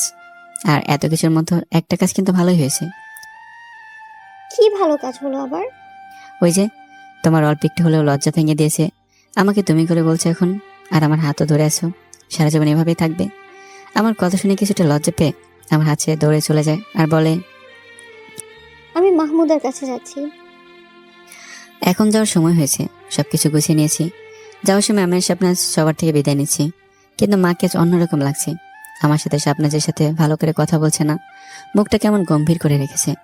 যাওয়ার সময় মায়ের এমন গম্ভীর মুখ দেখে মনটা সত্যি অনেক খারাপ লাগছে। আজ সকাল পর্যন্ত বেশ ভালোই ছিল, কিন্তু হঠাৎ এমন হয়ে যাওয়ার কারণ কি? নিশ্চয়ই ভাবে কোনো কাঠি মেরেছে, বলবার কোনো কিছু বলেছে। আমি বললাম, তুমি মন খারাপ করেছো কেন? আমরা তো সারা জীবনের জন্য চলে যাচ্ছি না, আবার আসবো তো, প্লিজ মন খারাপ করো না। বড় বউ, আমার প্রেশারের ওষুধটা দাও তো। তুমি ছাড়া আমাকে আর এই বাসায় কে খোঁজ খবর নেয়? সবাই তো বাহানার মিথ্যে দিয়ে এই বাসা পুড়িয়ে রেখেছে। কিন্তু আমি মায়ের কথা ঠিক বুঝতে পারলাম না কি বোঝাতে চায়। তারপর তার রুমে চলে যায়। আমার কথার কোনো জবাব না দিয়েই। আমার আর বুঝতে বাকি রইল না নিশ্চয়ই কোনো কাটি মেরেছি আমাদের নামে। তাকে ভাবি বলতেও ঘৃণা করে। বড় ভাবি তখন ভিলেন দৃষ্টিতে আমার দিকে তাকিয়ে হাসছে, মনে হচ্ছে শয়তান আসছে। মাহমুদাকে আড়ালে ডেকে বললাম, মায়ের কি হয়েছে রে, এমন গম্ভীর মুখ করে আছে কেন? আজ সকালে তো মায়ের সাথে হেসে হেসে কথা বললাম, কিন্তু এখন এমন করে আছে কেন? আমি জানি না ভাইয়া কি হয়েছে। দেখ বড় ভাবি আবার তাল মেরেছে। তোদের নামে বানিয়ে বানিয়ে কি সব মিথ্যে কথা বলেছে মনে হয়। আর কোনো উপায় না পেয়ে আমি মন খারাপ করে চলে আসলাম। 2 ঘন্টা জার্নির পথ, বেশ ক্লান্ত লাগছে। স্বপ্নাজের বাসায় এসে সবার সাথে ভালো মন্দ কথা বলে রুমে আসলাম। তারপর ফ্রেশ হয়ে একটা ঘুম দিলাম। শাবনাজেরটাকে ঘুম ভাঙলো। ঘুম থেকে উঠে ফ্রেশ হয়ে বসে থাকলাম। তারপর শাবনাজ বলল, আচ্ছা, তোমার বড় ভাবি এমন কেন? কেমন? সকালে রান্না করার পর আমার সাথে কত সুন্দর করে কথা বললো, অনেক কিছু জানতে চাইলো, অনেক মিষ্টি সুরে কথা বললো, কিন্তু দুপুরে আমার সাথে কত খারাপ ব্যবহার করলো, আমাকে একটা থাপ্পড়ও মেরেছে। তোমাকে থাপ্পড় মেরেছে? তখন আমাকে বলে না কেন? এত বড় সত্যি তুমি আমার ঠিক কিভাবে লুকালে? আমাদের বাসায় থাকতে শুধু একবার বলতে পারতে, তাহলে আমি বজ্জাত মহিলার উচিত শিক্ষা দিতাম। জীবনে আর কখনো কারো গায়ে হাত তুলতো না। গায়ে হাত তোলার আগে 10 বার চিন্তা করবে। না বলেই ভালো করেছি। আমি চাই না কোনো ঝামেলা হোক। একটা বিষয় চিন্তা করো মাহমুদ, আমি যদি তখন তোমাকে বলতাম তাহলে তুমি রাগের মাথায় কি করতে তা তো বলাই যায় না। তোমার রাগান্বিত অবস্থায় আরো রাগিয়ে দিতে চাইনি আমি। আর আমার বাসা থেকেও মানুষ আসছিল, এসে যদি তারা এসব দেখতো তাহলে তো পরিস্থিতি আরো খারাপ হয়ে যেত, তাই না? তাই বলিনি। আমি তখন শাবনাজের হাত ধরে বললাম, আচ্ছা তুমি এত ভালো কেন? নিজেরটা না ভেবে সবসময় অন্যেরটা ভালো দেখো। আর ঠিকই করেছো তখন না বলে। যদি বলতে আমি নিজেও জানতাম না আমি কি করতাম। সবকিছু অন্যরকম যেত, পরিস্থিতি এমন না হয়ে অন্যরকম হতো। সত্যি আমার অনেক ভাগ্যবান তোমার মতো স্ত্রী পেয়ে। আর প্লিজ এসব নিয়ে মন খারাপ করবে না শাবনাজ। মাহমুদ, মন খারাপ করিনি, তুমি পাশে থাকলেই হবে। আর মাহমুদা তো আছেই, বাবা মাও আছে। একজনের জন্য সবাইকে দোষারোপ করতে পারি না আমি। তুমি এসব ভুলে যাও মাহমুদ। ওয়েট ওয়েট, তুমি বললে সকালে রান্নার পরে তোমার সাথে মিষ্টি মিষ্টি কথা বলেছে, এটা কি সঠিক? হ্যাঁ সত্যি। তো মিষ্টি মিষ্টি কথা কি বলেছে শুনি? আমার জানা মতে কোনো স্বার্থ ছাড়া সে তোমার সাথে মিষ্টি মিষ্টি কথা বলবে না। জরুর জরুর ডাল মে কুছ কালা হে। যা যা বলেছে সব আমাকে বলো, কিছু বাদ দিলে বলবে না। আমাদের বিয়ের রাতের কথা বলছেন। আমার কোনো সমস্যা হচ্ছে কি, আমি তোমার সাথে মানিয়ে নিতে পেরেছি কিনা, বিয়ের রাতে আমরা কি করে কাটালাম সময়, এগুলো। তো কি বললে তুমি? কি আর বলবো, যা যা সত্যি সবই বলেছি। কি মানে যা যা হয়েছে সব বলে দিয়েছো? বিয়ের দিন রাতে তুমি খাটের উপর ছিলে, আমি নিচে ছিলাম, এটা বলে দিয়েছো কি? আর তুমি কেন তার সাথে সব বলতে গেলে? আমাদের মাঝে যা হবে আর বলবে না, অন্তত ভাবির সাথে না। বজ্জাত মহিলা, তার কাজ শুধু ঠক লাগানো। হ্যাঁ এটাও বলে দিয়েছি। আমি কি জানতাম নাকি তোমার ভাবিটা এমন? তখন তো বেশ ভালোই মিষ্টি ব্যবহার করেছিল। আমি তো তাকে নিজের বোন মনে করেছিলাম, কিন্তু সে আমার সাথে এমন করবে আমি তো ভাবতেই পারিনি। তুমি যখন বলছো তাহলে আর বলবো না। আর কিছু বলেছি কি ভাবি তোমার সাথে? একটু মনে করার চেষ্টা করো। না, আর কিছু বলি নেই। আমি তখন হাফ ছেড়ে বাঁচলাম। সতীর্থ পরীক্ষার জন্য ভাবির কথা শুনে আমার একটা সাদা রুমাল দিয়েছিল, সেটা বলেনি। বললে আমি শাবনাজের কাছে মুখই দেখাতে পারতাম না। মাকেও খারাপ ভাবতো শাবনাজ। তবে আমি একটা মেয়ে, তুমি তো আর সবসময় বাসায় থাকো না, তাই না? আর একটা মেয়ের সমস্যা একটা মেয়েই ভালো বুঝতে পারবে। নিজে নিজে সবকিছু তো সমাধান করা যায় না, অন্য একটা মেয়ের সাথে কথা বলতে হয়। সেজন্যই আমি ভাবির সাথে বন্ধুত্ব করতে চেয়েছিলাম। চিন্তা করতে হবে না, তোমার যা সমস্যা আমার বোন মাহমুদের সাথে বলবে, দেখবে তোমাকে একদম নিজের বোনের মতো দেখবে। তার সাথে তোমার সম্পর্ক ননদ ভাবির হবে না, 2 বোন আর বেস্ট ফ্রেন্ডের মতো সম্পর্ক হবে। এখন থেকে মাহমুদা আমার বোন আর বেস্ট ফ্রেন্ড। আমি সব সময় ওকে বোনের চোখে দেখবো। আচ্ছা, তোমার নাম মাহমুদ আর তোমার বোনের নাম মাহমুদা, নামের এত মিল কে রেখেছিল? নাম আমার মা রেখেছিল মিল করে, মাহমুদা। আর আমার মধ্যে বিশেষ একটা মিল ছিল। দুজনের ঘাড়ের পেছনে 2টা করে তিল আছে। আর দুজন অনেক বদ মেজাজি ছিলাম ছোট থাকতে। সেই জন্য মা দুজনের নাম মিল করে রাখছিল। মাহমুদার নাম আগে সুমাইয়া ছিল, তারপরে পরিবর্তন করে মাহমুদা রাখা হয় ছোট থাকতেই। সেজন্য দুজনের এত মনের মিল, আর দুজনের ব্যবহারও এত সুন্দর। সত্যি অনেক ভালো মনের মানুষ আপনি আর মাহমুদা। আমি তখন শাবনাজকে কাছে টেনে বললাম, আচ্ছা তুমি কি পরিবর্তন হবে না? কেন? আমি আবার কি করলাম? এই যে বিয়ের এতদিন হলো, এখন আপনি করে বলে যাচ্ছ, তুমি কবে থেকে বলবে? যদি তুমি করে না বলি তাহলে কি আমায় ভালোবাসবে না? না, বাসবো না, অন্য মেয়ের সাথে ভেগে যাব। যে মেয়ে তুমি করে বলতে পারে না, তারপর দুজনে অনেক প্রেম করব, আর না হয় দুজনে বিয়ে করব, ভালো হবে না? শাবনাজ তখন ছোট বাচ্চাদের মতো কান্না করে দেয়, চোখ দিয়ে টলমল করে পানি পড়ছে। আমি হাত দিয়ে চোখের পানি মুছে দিতে দিতে বললাম, কি হলো, এমন করে কান্না করো কেন? মনে হচ্ছে একটা ছোট্ট বাচ্চা কান্না করছে। নতুন বিয়ে হয়েছে আমাদের, আমাকে একটু সুযোগ না দিয়ে বলছেন যে আর একটা বিয়ে করবেন? মুখের কথা শেষ না করতে আবার ছোট বাচ্চাদের মতো কান্না শুরু করে দেয়। আমি তখন আস্তে আস্তে বললাম, হায় রে, কোন পাগলি আমার কপালে দিছে, হাল্লা গো। পাগলি তো দেখি কোনটা ফানার কোনটা সিরিয়াস সেটাই বোঝে না, মনে হচ্ছে একদম অবশিশু। মিষ্টি সুরে ধমক দিয়ে বললাম, এভাবে কেউ কান্না করে? পাগলি আমার, আমি তো তোমাকে ফান করে বললাম, আর তুমি সত্যি মনে করে কান্না করে দিলে। এখন যদি কেউ দেখে যে তুমি কান্না করছো, তাহলে তো সবাই বুঝবে আমি সত্যি সত্যি আরেকটা বিয়ে করে আনছি। অবুঝ বাচ্চা বউ আমার। শাবনাজ তখন চোখের পানি মুছতে মুছতে বলে, আমি মোটেও বাচ্চা মেয়ে না, আমি অনেক বড়, অনার্স ফাইনাল ইয়ারে পড়ি, সব বুঝি আমি। আমি তখন এসে বললাম, হো আচ্ছা, সব বুঝো, তাহলে এটা কেন বুঝলে না? আমি এমনিতে ফান করছিলাম, সত্যি বলছি না। আমার সাথে এমন ফান করবেন কিন্তু কোনো মেয়ের কথা মুখে আনবেন না, আর বিয়ের কথা কখনো না। যদিও ইসলামের নিয়ম আছে প্রথম স্ত্রীর অনুমতি নিয়ে দ্বিতীয় বিয়ে করা যাবে, কিন্তু আমি আপনাকে অনুমতি দিব না। আমি একাই সব করব, আপনার জন্য আমি সব কিছু করতে পারবো। আমার একা কাজ করতে কোনো সমস্যা হবে না। আমার সংসারের ভাগ আমি কাউকে দিতে পারবো না। আমি আপনার প্রথম আর শেষ স্ত্রী হব। তুমি আমার প্রথম আর শেষ স্বামী। সারা জীবন একা পার করে দেব, কিন্তু আমার অধিকার আমি কাউকে দিব না। শাবনাজের কথা শুনে আমি এখন কান্না করছি আর ভাবছি, একজন শিক্ষিত মেয়ের মুখে এসব কথা শোনা সত্যি অনেক ভাগ্যের ব্যাপার। খুব কম ছেলে এমন ভাগ্যবান হয়ে থাকে। শাবনাজের ভালোবাসায় আমার চোখ টপ টপ করে পানি পড়ছে। আমার কান্না দেখে শাবনাজ বলে, এখন আপনি কেন কান্না করছেন ছোট বাচ্চাদের মতো করে? তোমার কথা শুনে কান্না করছি। এত তাড়াতাড়ি এতটা ভালোবেসে ফেলবে আমাকে আমি ভাবতে পারিনি। ধুর, আপনিও না একটা বাচ্চা জামাই। কোনটা ফান আর কোনটা সিরিয়াস এটাও বোঝেন না। তোমার মন রাখার জন্য আমি ফান করে বললাম। আমি তখন শাবনাজের হাত ধরে বললাম, আমি তো তোমাকে অবশ্যই শিশু মনে করেছিলাম, এখন তো দেখি তুমি ডায়লগ আমার উপরে ঝাড়ছো। এখন হাতটা ছাড়েন, কেউ দেখে ফেলবে তো। দরজা দেয়া নেই, কেউ এসে দেখলে লজ্জা পাবো তো আমি অনেক। আমি তখন আরো কাছে টেনে বললাম, থামো তো, এটা কি শুরু করলা এবার? এটা কি শুরু করলা? একবার তুমি করে বলো, আরেকবার আপনি করে বলো। এভাবে কেউ কথা বলে? শুধু তুমি করে বলবে, আপনি বলতে পারবে না। না হলে আজ এভাবেই থাকবে, আমি ছাড়তে পারবো না। যে দেখে দেখুক, তাতে আমার কিচ্ছু যায় আসে না। মাহমুদ ছাড়ো তো, এখনই খাওয়ার জন্য ডাকতে আসবে আমাদের। এসে আমাদের দুজনকে এমন দেখলে লজ্জা লাগবে আমার অনেক। তোমার কি লাগবে না বলো? না, আমার লাগবে না, যে আসে আসুক। আমি অন্য কি কারো বউকে জড়িয়ে ধরেছি নাকি? আমার নিজের বউকে জড়িয়ে ধরেছি। মুখের কথা মুখে আসে, তখনই কারো আসার শব্দ শুনতে পেলাম।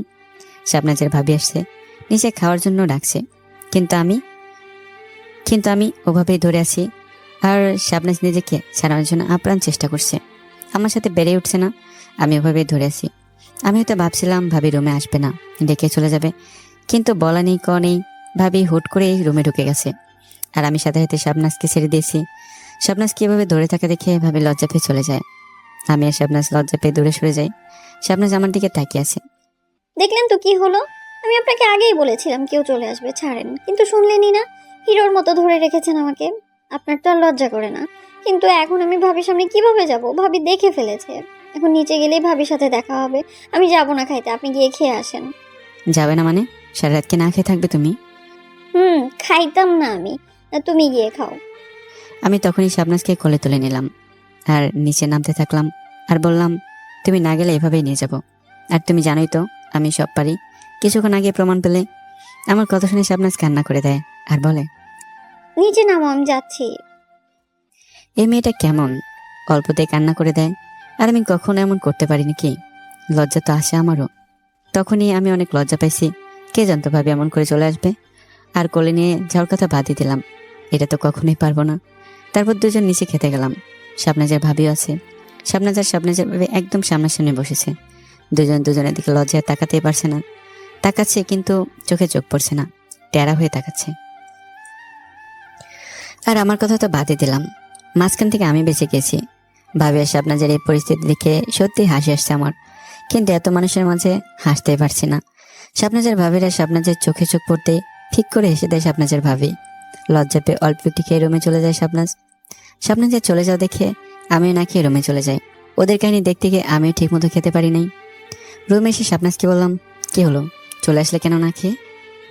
তুমি দেখলে না ভাবি আমার দিকে তাকিয়ে কেমন করে হাসছিল, আমাকে শুধু লজ্জা দেয়, সেই জন্যই তো চলে আসলাম। তুমি কেন চলে আসলে? আমি মুচকে এসে বললাম, আমার বউ চলে এসছে, আমি কি করে থাকতে পারি? এবার চলো ঘুমিয়ে পড়ি, অনেক রাত হয়েছে। আমাদের বাড়িতে প্রথম রাতে কিন্তু আমি নিচে ঘুমিয়েছিলাম আর তুমি খাটে ছিলে। আজ তোমাদের বাড়ির প্রথম রাত, তুমি নিচে থাকবে আর আমি উপরে থাকবো, তাহলে সমান সমান হয়ে যাবে। কারণ একটা কথা আছে না, নারী পুরুষ সমান অধিকার। তারপর সত্যি সত্যি শাবনাজ বিছানার চাদর পেরে একটা কাঁথার বালিশ নিয়ে নিচে ঘুমিয়ে যায়। এটা কেমন হলো, সত্যি সত্যি নিচে ঘুমিয়ে পড়লো। আমি আস্তে আস্তে কোলে নিয়ে উপরে শুয়ে দিলাম। আমি কোলে নিয়েছি বুঝতে পারিনি এত তাড়াতাড়ি ঘুমিয়ে গেল, কিন্তু আমার প্রচন্ড ক্ষুধা লাগছে। আমি আবার ক্ষুধা সহ্য করতে পারি না। রাতে ভালো খাওয়া হয়নি, অনেক সহ্য করার পরেও থাকতে পারলাম না। বিছানা থেকে উঠে রান্নাঘরে চলে গেলাম। রান্নাঘর থেকে খাবার নিয়ে আসার সময় দেখি পেছন থেকে একটা ছায়া দেখা যাচ্ছে। এটা আবার কি হতে পারে? বাড়ি জামাই খাবার চুরি করে খাচ্ছে, কেউ দেখলে তো আমি লজ্জায় শেষ। যদি শাবনাজ বাদে অন্য কেউ হয় তাহলে তো চোর জামাই নাম পড়ে যাবে, আর শাবনাজ দেখলেও আমাকে চোর জামাই বলে ডাকবে। হ্যাঁ রে মাহমুদ, কেন যে খাবার চুরি করতে আইলি? কোনো রকম ক্ষুধা কন্ট্রোল করে রাখতে পারলি না, পেটুক। সকালে তো পেট পুড়ে জামাই আদর পাইতি। পেছনে ফিরে তাকিয়ে দেখ। পেছন ফিরে তাকাতেই দেখি শাবনাজের আব্বা, মানে আমার শ্বশুর আব্বা, আমার দিকে তাকিয়ে আছে। কিছুক্ষণ ধরে আমিও তাকিয়ে আছি, কিন্তু কিছু বলছে না কেন শ্বশুর আমাকে? আমার দিকে তাকিয়ে আছে। চোর বলে মায়ের না দিলেই হয়, আল্লাহ বাঁচাও। আমার দিকে এগিয়ে আসছে, আমি পিছনে সরে যাচ্ছি। তারপর রান্না করে এসে এদিক ওদিক হেঁটে আবার রুমে চলে যায়। আমি চিন্তায় পড়ে গেলাম, কিছু বললো না কেন? এখন কি নিশ্চয়ই শাশুড়িকে বলবে, তারপর এদিক ওদিক ছড়িয়ে ছিটিয়ে যাবে আর বাড়ির চোর জামাই হয়ে গেলাম। আমি ভাবলাম যাই হয়ে যাক, কাল দেখা যাবে। আমি খাবারের প্লেটটা নিয়ে ঘরে চলে গেলাম। এখানে বসে খাওয়া যাবে না, আবার কে চলে আসে বলা যায় না, তখন আমার সর্বনাশ হয়ে যাবে। রুমে খাবার নিয়ে এসে দেখি শাবনাজ বসে আছে। আমি অবাক হয়ে তাকিয়ে আছি। শাবনাজও উঠে বসে আছে। খাবারের প্লেটটা টেবিলে রেখে বললাম, তোমার জন্য খাবার নিয়ে আসলাম, তুমি তো রাতে ঠিক মতো খাবারই খাওনি, তাই নিয়ে আসলাম। আসো, মুখ দিয়ে নাও, আমি হাতে করে তোমাকে খাইয়ে দেবো। খাবার আমার জন্য নিয়ে আসলে নাকি তোমার জন্য? আমি মনে মনে ভাবলাম, এই রে বুঝে গেছে মনে হচ্ছে। আমি একটু ঢং করে বললাম, ছি ছি, এটা বলতে পারলে শাবনাজ তুমি? তোমার জন্য নিয়ে আসলাম আমি, আমার জন্য হলে তো ডাইনিং থেকে খেয়ে আসতাম। একটু অ্যাক্টিং করলাম, তারপর রাগ করে ঘুমিয়ে যেতে লাগলাম। ঠিক তখনই শাবনাজ বলে, সরি, আমি তো মজা করে বললাম, আসলে আমারও ক্ষুধা লাগছিল অনেক, তাই উঠে পড়েছি। আমি মনে মনে হাসতে লাগলাম। যাক, একটু ঢং করে কাজে লাগছে। এক ঢিলে দুই পাখি, শ্বশুর আব্বা অথবা বাকি কেউ কিছু বললে আমি অন্তত বলতে পারবো আমার জন্য না, শাবনাজের জন্য খাবার আনতে গেছিলাম। আর এখন তো শাবনাজ একা খাবে না, আমাকেও খাইতে বলবে। খেতে বললে আমি একবার না করব, কারণ প্রথমবারে খেয়ে নিলে বুঝে যাবে। শ্বশুরকে কিছু বলতেও দেব না, আর শাবনাজে কিছু বুঝতে পারবে না। ওহ মাহমুদ, তুই কত বুদ্ধি তোর মাথায়। এত বুদ্ধি নিয়ে তুই রাতে ঘুমাস কেমন করে ভাই? পরক্ষণে মনে পড়লো, ধুর, আমি তখন জেগে আছি, বুদ্ধি জোরে ঘুমাতেই পারছি না। তারপর আমি হাত ধুয়ে এসে এক গ্লাস পানি নিয়ে আসলাম। শাবনাজকে খাইয়ে দিচ্ছি, কিন্তু আমাকে খেতেই বলছে না। খাইয়ে দিয়ে যেতে অর্ধেক খাবার শেষ, কিন্তু তাও বলছে না তুমি একটু খাও। তারপর হঠাৎ শাবনাজ বলে, তুমি বাকি অর্ধেক খেয়ে নাও। আমি এমনিতেই বললাম না, থাক খাচ্ছি না, তুমি খাও। কিন্তু ক্ষুধাতে আমার পেটের মধ্যে মনে হচ্ছে ইঁদুর দৌড়াচ্ছে। কিন্তু এটা কি হলো? একবার মানা করলাম বলে পরের বার খাওয়ার কথাই বলবে না? আমি তো এমনিতেই প্রথমবার মানা করলাম, বাড়ির নতুন জামাই একবার মানা করলাম, পরের বার তো বলা দরকার ছিল না? কিন্তু তা না করে সবই খেয়ে নিল শাবনাজ। আমার ভাগ্যে আর খাবার জুটলো না। শাবনাজ নাক, সারা রাত না খেয়ে থাকলাম। জীবনটা বেদনা, কুত্তা ভাগ্য আমার। মনে হচ্ছে মোলা জুস খেয়ে ঠাস করে পড়ে যায়। কথায় আছে না, অতি বুদ্ধিমানের গলায় দড়ি। আজ ঠিক এমনটাই হয়েছে আমার সাথে। আর কোনো উপায় না পেয়ে না খেয়ে পেটে পাথর বেঁধে ঘুমিয়ে গেলাম। ঘুম থেকে উঠে নামাজ পড়ে আবার ঘুমিয়ে গেলাম। আর মনে মনে সান্ত্বনা দিলাম, মাহমুদ ঘুমিয়ে যা, ঘুমালে ক্ষুধা লাগে না। আর কোনো উপায় না পেয়ে ঘুমিয়ে গেলাম। তারপর দেখছি শাবনাজ ডাকছে, ঘুম থেকে ওঠেন, খাবার রেডি, প্রায় নিচে যেতে হবে। আমি এক লাফে উঠে পড়লাম। আমার এমনভাবে উঠতে দেখে শাবনাজ ভয় পেয়ে যায়। কি হলো, এমন করে উঠলে কেন? মনে হচ্ছে ভূত দেখলে? আমি আস্তে আস্তে বললাম, একটু পরীক্ষা করে দেখলাম কত জোরে উঠতে পারি, আর তোমাকে ভয় দেখালাম। কিন্তু মনে মনে বলছি, খাবারের কথা শুনে মন আর শরীর স্থির রাখতে পারেনি। পেট শুধু খাবার খাবার করছে। তাড়াতাড়ি করে ফ্রেশ হয়ে তারপর নিচে খেতে গেলাম আমি আর শাবনাজ। নিচে গিয়ে দেখি সবাই আমাদের জন্য অপেক্ষা করছে। গিয়ে খাবার টেবিলে বসলাম। শ্বশুর আব্বা আমার দিকে তাকিয়ে বলে, বাবা তাড়াতাড়ি ভালো করে খেতে দাও, না হলে আবার পরে ক্ষুধা লেগে যেতে পারে। আমি মনে মনে বললাম, এটা কেমন শ্বশুর? রাতে রান্না করে খাবার খেতে গেছিলাম বলে কি এমন করে বলতে হবে? টিটকারি মারছে। আর খাবার তো আমি খাইনি, খাইছে আপনার মেয়ে শাবনাজ। ঠিক তখনই শাশুড়ি আম্মা এসে শ্বশুর আব্বাকে বলে, কালকে রাতে তুমি ওষুধ খাওনি কেন? কই খেয়েছিলাম তো। যদি খেয়ে থাকো তাহলে যে কয়টি ওষুধ ছিল সবগুলো তো আছে। মনে হয় ওষুধ খেতে মনে নেই। এখন ওষুধ খেতে মনে তো থাকবেই না। ওষুধ খেতে যখন মনে নেই তাহলে নিশ্চয়ই রাতে ঘুমের ঘোরে স্বপ্নে মনে করে সম্পূর্ণ বাড়ি হেঁটেছেন। একবার তো স্বপ্ন মনে করে ঘুমের মধ্যে গেট খুলে বাড়ি থেকেই চলে গিয়েছিলে। এখন থেকে প্রতিদিন ওষুধ খাবে। কাল ব্যস্ততার কারণে আমি নিজ হাতে ওষুধ দেইনি বলে তুমি খাওনি। কোনো কাজ নিজে করতে পারো না। আমি মনে মনে হাসছি আর বলছি, এটা কি হলো? মন মে লাড্ডু ফোটা। বাহ মাহমুদ বাহ, তুই তো ভাগ্যবান। তো শ্বশুর কালকে তোরে দেখেই নাই, সে তো ঘুমের মধ্যে হারছিল, তাহলে আর দেখবে কেমনে? আমি এতক্ষণ হোদাই চিন্তা করছিলাম। শ্বশুর আব্বা রাতে খাবার চুরি করে দেখে ফেলেছে, কি একটা লজ্জার বিষয়। কিন্তু এখানে কাহিনী থেকে অন্য কিছু। আমার হাসি আর বন্ধ হয় না। অনেক কষ্টে খাবার টেবিলে হাসি চেপে রাখলাম। তারপর খাওয়া শেষে জোরে জোরে হেঁটে সোজা ছাদে চলে গেলাম। এতক্ষণে যতগুলো হাসি চেপে ধরে রেখেছিলাম সব হাসি বাহির করে দিলাম। জোরে জোরে মন খুলে হাসতে লাগলাম। কিন্তু আরেক বিপদ। হঠাৎ পাশে ফিরে দেখি আপনার যে ছোট ভাই শ্যাম ফোনে কথা বলছে আর আমার দিকে হা হয়ে তাকিয়ে আছে। নিজে মনে মনে বললাম, মাথা মোটা মাহমুদ, এক বিপদ কাটতে গিয়ে আরেক বিপদ। এভাবে হাসতে দেখে মনে হয় আমাকে পাগলই ভাবছে শ্যাম। আমাকে দেখে শ্যাম বলে, কি ব্যাপারে দুলা ভাই, এত খুশি হচ্ছেন কেন? মনে হচ্ছে অনেক খুশির বিষয়। আমি কি বলবো বুঝতে পারছি না। কোনো উপায় না পেয়ে বললাম, হ্যাঁ শ্যাম, অনেক খুশির খবর। আমার চাকরি প্রমোশন পেয়েছি, তাই এত জোরে জোরে হাসছি। খুশিতে আত্মহারা হয়ে গেছে আমি। তো দুলা ভাই প্রমোশন তো পেয়েছেন, এবার মিষ্টি মুখ করাবেন না? হ্যাঁ অবশ্যই করাবো। তো কাল দেখা করো। এখন থাকো শ্যাম, একটু বাইরে থেকে ফ্রেশ হাওয়া খেয়ে আসি। চলেন আমিও যাই আপনার সাথে। আপনি তো সবকিছু চিনেন না, আমি চিনিয়ে দিব। অনেক জায়গায় ঘুরিয়ে নিয়ে আসবো, ভালো লাগবে দুলা ভাই আপনার। আমি হেসে বললাম, না থাক ভাই, তোমার কষ্ট করতে হবে না। আমি বেশি দূরে যাব না, এমনিতে নিচে গিয়ে একটু হেঁটে আবার চলে আসবো। তারপর কোনো রকম ছাদে থেকে রুমে আসলাম। কালকে মায়ের ফোনে কল দিলাম, কিন্তু মা ফোন রিসিভ করলো না। পরে ফোন ব্যাক করলো না। বুঝছি না মা আমার সাথে এমন করছে কেন। মায়ের কথা ভাবতে ভাবতে হঠাৎ দেখি আমার ছোট বোন মাহমুদের কল। আমি না হয় মানলাম, যখন ফোন দিয়েছিলাম ফোনের কাছে ছিল না, কিন্তু পরে তো দেখেছে, তখন তো ফোন ব্যাক করতে পারে। সব সমস্যার মূল হলো আমার বড় ভাবি। আমাকে শাবনাজকে মায়ের থেকে দূরে সরিয়ে দেওয়ার চেষ্টা করছে, মায়ের চোখে খারাপ বানানোর চেষ্টা করছে। কতটা নিচু মনের মানুষ হলে এমনটা করতে পারে? আমি ভেবে অবাক হয়ে যাই, এমনটা কিভাবে করতে পারে একটা মেয়ে? লজ্জা শরম বলতে কিছু নাই। এসব কথা ভাবতে ভাবতে হঠাৎ দেখি আমার ছোট বোন মাহমুদের কল এসেছে। আমি তাড়াতাড়ি করে রিসিভ করলাম। ফোন রিসিভ করার সাথে সাথে বলে, এতক্ষণ কোথায় ছিলি তুই? সেই কখন থেকে ফোন দিয়ে যাচ্ছি তোকে, কিন্তু ফোন রিসিভ করিস না কেন? ফোনের কাছে আমি ছিলাম না বোন, একটু খাওয়া দাওয়া করে ছাদে গিয়েছিলাম, তখন মনে হয় তুই ফোন দিয়েছিলি। কি হয়েছে এবার বল, অনেক জরুরি মনে হচ্ছে।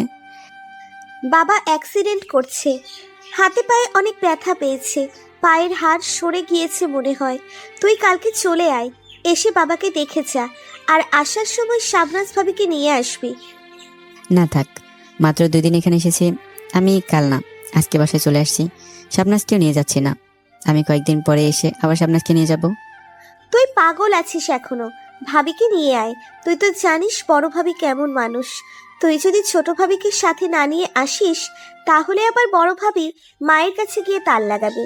তার থেকে ভালো হয় ভাবিকে সাথে করে নিয়ে আয়। এখন কি আবার বড় ভাবির ভয়ে চলতে হবে আমাকে? কাউকে দেখে ভয় পাই না আমি। আচ্ছা দাঁড়া, ঠিক আছে, আমি শাবনাজকেই গিয়ে বলছি, যদি আসতে চাই তাহলে আজ দুপুরের পরে আমি সাথে করে নিয়ে আসবো।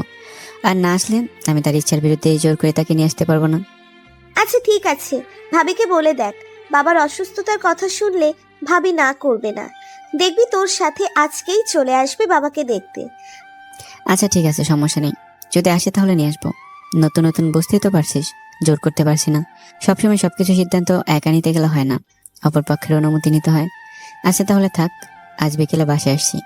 এটা বলে ফোন কেটে দিলাম। তারপর কল হিস্ট্রি দেখি 10 বার ফোন দিয়েছে আগে। আমি তখন খুব সম্ভবত খাওয়া দাওয়া করছিলাম। শাবনাজ রুমে ছিল না, নিচে ছিল খাওয়া দাওয়া করার জন্য। তারপর রুম থেকে নিচে নেমে গেলাম। রুমের মধ্যে আরও ভালো লাগছে না, তাই ফ্রেশ হয়ে হাওয়া খেতে গেলাম। শাবনাজকে না বলে বেরিয়ে গেলাম। হাঁটতে হাঁটতে অনেক দূর চলে আসলাম। তারপর মাহমুদার ফোনে 100 টাকার ফ্ল্যাক্স লোড করে দিলাম। আমি ছাড়া ওর অভাব পূরণ করার মতো কেউ নেই। বড় ভাই তো খোঁজ নিয়েও দেখে না বোনের কিছু লাগবে কিনা। সবকিছু শালির পিছনে খরচ করতে হয়। যে জল্লাদ একটা বউ, না করে উপায় নেই। কিছুক্ষণ পরে শাবনাজের ফোন আসে। তারপর ফোন রিসিভ করলাম। হ্যালো মাহমুদ, কোথায় তুমি? সারা বাড়ি খুঁজেও তোমাকে কোথাও পেলাম না। এই তো আমি একটু বাইরে আছি। কেন, কি হয়েছে? মনে হচ্ছে খুব জরুরি। হ্যাঁ অনেক জরুরি, তাড়াতাড়ি বাসায় আসো। তারপর বাড়ির পথে হাঁটা দিলাম, কিন্তু হাঁটতে হাঁটতে অনেক দূরে চলে আসছি। হাঁটতে হাঁটতে গেলে অন্তত আধ ঘন্টা লাগবেই কম হলেও। তাই একটা রিক্সা নিয়ে শ্বশুরবাড়ির দিকে রওনা দিলাম। বাসে এসে দেখি অনেক আয়োজন চলছে, রুম সাজানো হচ্ছে। আমি শাবনাজকে ডেকে বললাম, বাসায় এত আয়োজন কিসের? বাসায় নতুন জামা এসেছে বলে কি এত আয়োজন করতে হবে? ঘর সাজানো কি দরকার ছিল এভাবে? আরে তোমার জন্য না, তোমার জন্য এসব করলে তো আগেই করতাম। আমি মনে মনে বললাম, হায় রে, আমি তো নিজেকে অপমান বোধ করছি এখন।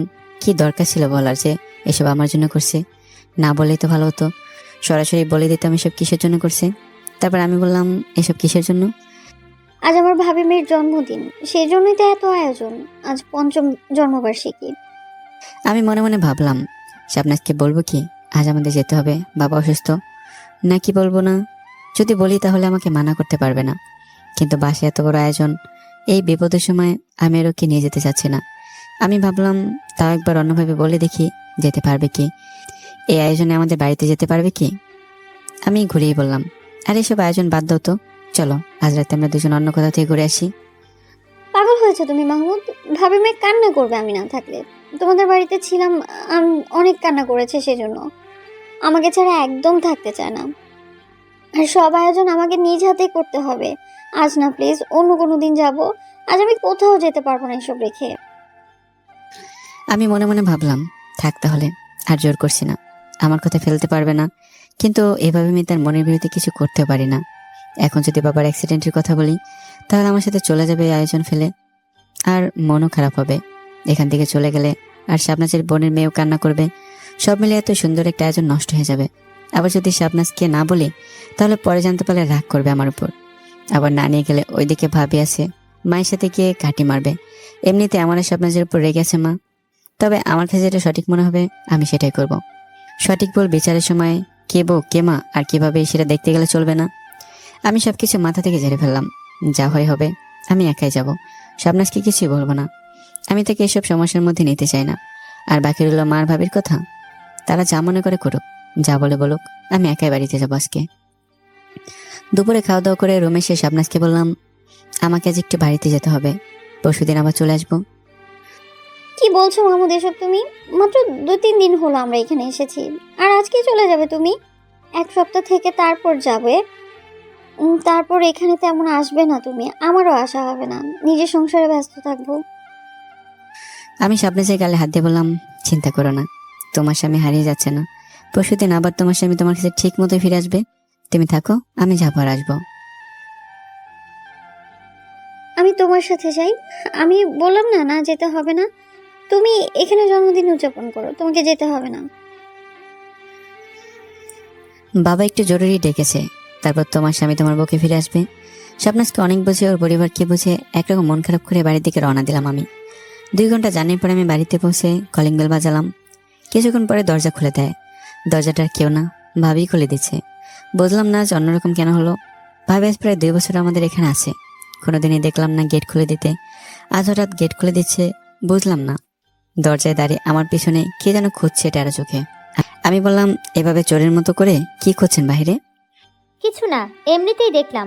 আর কেউ এসেছে কি তোমার সাথে? আর আমি চোরের মতো কই খুঁজছি? এখন আমাকে চোর বলার মানে কি? আমাকে দেখে কি চোর মনে হয়? কিছু না ভাবি, এমনিতে বললাম। আমি মনে মনেই বললাম, আমি তো ভালোই বুঝতে পারছি কি হয়েছে ভাবি? আর কিছু খুঁজছেন চোরের মতো করে? শাবনাজকে খুঁজছেন আপনি? তারপর মুচকে এসে চলে আসলাম।